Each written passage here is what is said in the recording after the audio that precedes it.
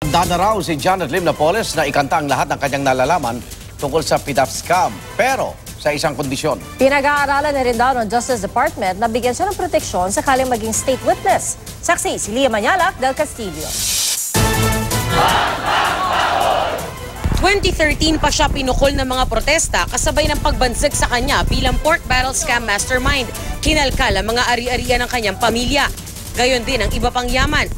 Matapos ang halos 4 na taon, ikakanta na raw ni Janet Lim Napoles ang lahat ng nalalaman sa scam. Pero magsasalita lang daw siya bilang state witness at sa kondisyong mailipat muna siya ng detention facility. Unang-unang isisettle dapat natin ay yung kanyang detention center. Kasi hindi nga siya magsalita hanggat nandun siya.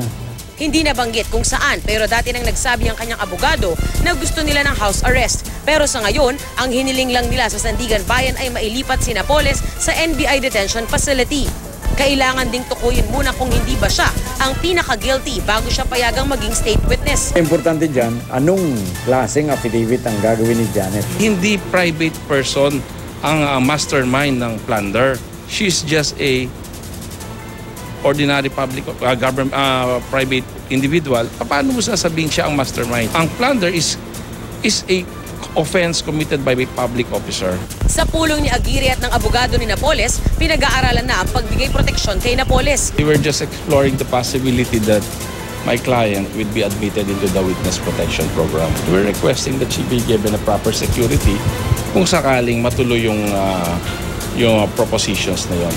Ang pagkanta, pinlano na rin daw ni Napoles noong nakaraang administrasyon. Meron na marami ng ganun talks noong panahon ng previous administrations. Pero hindi nga natuloy kasi nga may mga allies sila noon na apektado.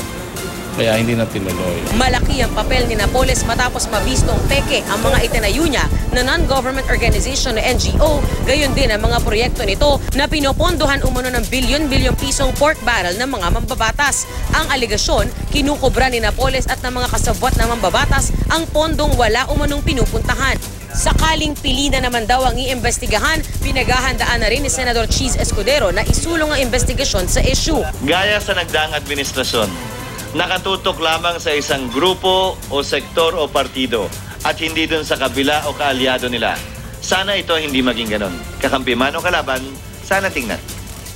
Yan din ang hiling ni Senador Ping Lacson na nauna nang nagsabing posibleng dumami pa ang mga mambabatas na madawit sa pork barrel scam.